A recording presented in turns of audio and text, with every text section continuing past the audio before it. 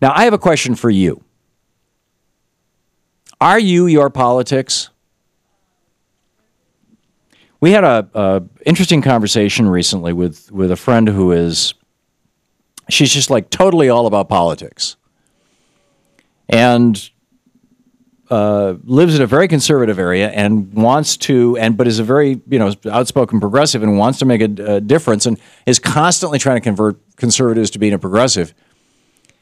And Louise and I kind of got it from talking with her that she thinks that she is her politics. Couldn't get over being angry at Obama for not being the FDR that he could have been. Couldn't get over, the upsets about, Bradley Manning and the drones and all these other things. Now, I'm upset about all those things. And I talk about politics every day on the radio. I do this for a living, but long before I did it for a living, I've been political my whole entire life.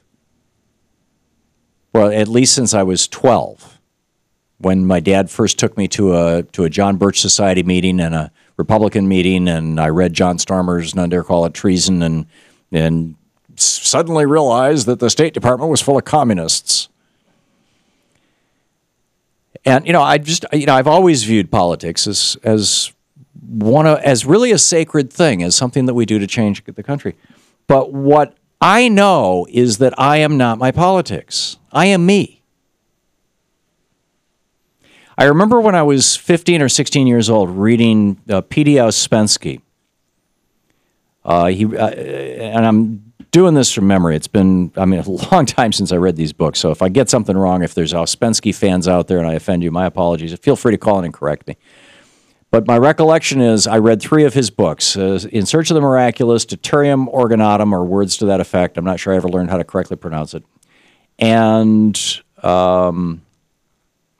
The Fourth Way, as I recall. And basically what Ouspensky said, he had been a student of Gurdjieff's for 10 years.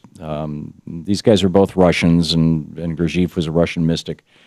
And Ouspensky was writing in the 40s and 50s, and they hung out back in the 19-teens and thereabouts. In fact, a fellow by the name of Thomas de Hartmann, spelled with 2 N's, is a musician, did a bunch of music based on his time with Gurdjieff, which I have on my iPhone. I listen to it on airplanes and things. Piano music, beautiful music. But anyhow, what he did was, his meditation technique, as it were, was to notice what's going on inside your own head. It's almost like sitting in a little chair back behind your head and going, oh, look at that. He's getting all upset about that. Oh, look at that. He wants that. Oh, look at that. He doesn't like that. Oh, look at that. He thinks this is important.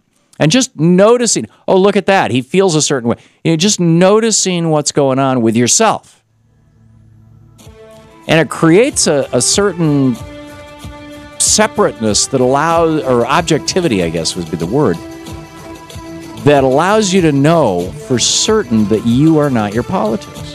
And I think it's one of the things, I've done it pretty much all my life, and I think it's one of the things that allows me to get into a political debate with somebody and not hate them afterwards.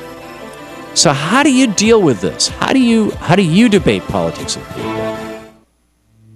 This is the Thom Hartmann Program. Do you struggle with thinking that you are your politics as opposed to you are something else?